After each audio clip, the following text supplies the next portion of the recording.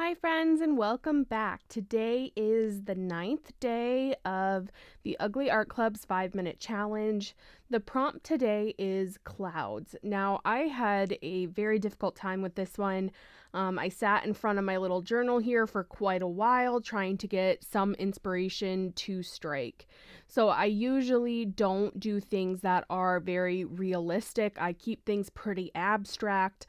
And that is where I am comfortable, and that's just what I like better. I don't need things to have that realism behind them, not as literal.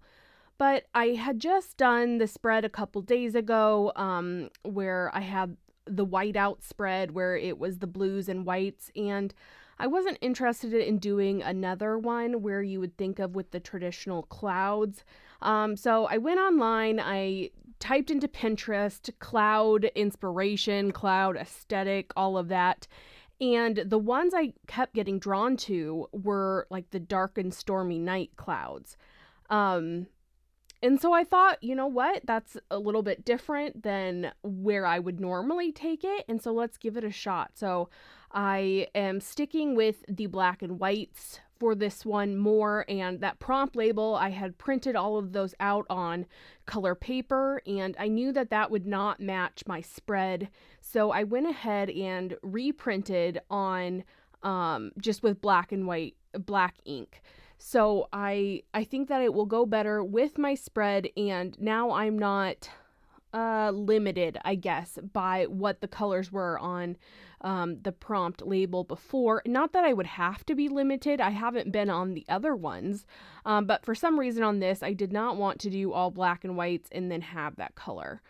So I used that paint swatch there with all the black and whites as my main base of inspiration. And going into this page, I knew I wanted to use that piece.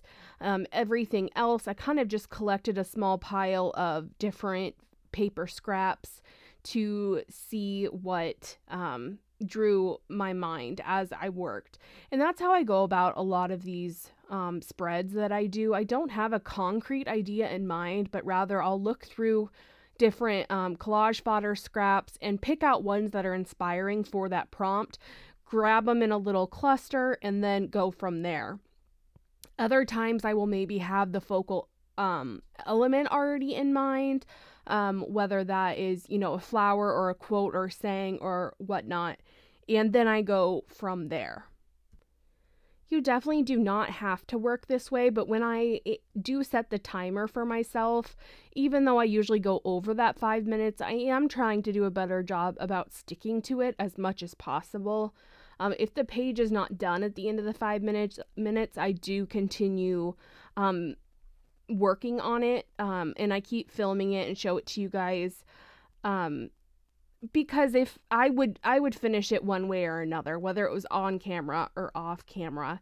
So I might as well show you guys how I finish it. But I love that the point of this 5 minute challenge is not necessarily to get a complete thing done in 5 minutes. It's just to get in and play a little bit. So don't feel like you have to go about this challenge or art in general that you need to have something, a finished product out of your creative time. Your creative time, I feel like, should be more about how it feeds your soul and how it makes you feel, and just having that creativity in general. So even though I do go ahead and finish mine and I do go beyond those 5 minutes, don't be discouraged by the fact that you're not getting things done in that 5 minutes, because realistically, I'm not either. I prep ahead of time. I gather those few supplies, and then if the timer runs out, I still finish things a little bit. So I want to give some texture to this prompt label, so I decided to go ahead and put in a few random stitches, leaving things kind of wonky, not making sure anything is perfect or anything of the sort. I like how this page is coming together. I started with just a few different collage bits. As you can kind of see, I clumped those together towards the bottom. I think in collage, that is my favorite way. I don't like to put pieces necessarily all over the page, but rather clump them in little groups together.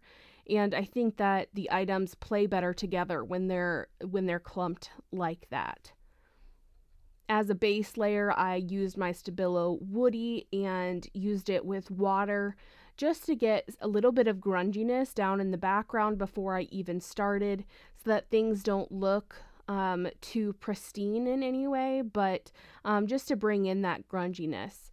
Along with this prompt label that I just put on, I outlined the edges messily in a Stabilo All pencil, and with my already damp paintbrush, just spread that out a little bit. I think it helps it stick out from the background a little bit more, and then it doesn't look like it's just kind of plopped on top as an afterthought. I've been playing around with this paper here. It's kind of a tissuey paper, and I like the idea of it with going back to the clouds prompt. So I wanted to add a little bit more of it. In the end, you don't see it all that much, but it felt nice to kind of take things back to that original prompt idea. Finishing up with a few little art marks on the page. I feel like this just ties everything together a little bit.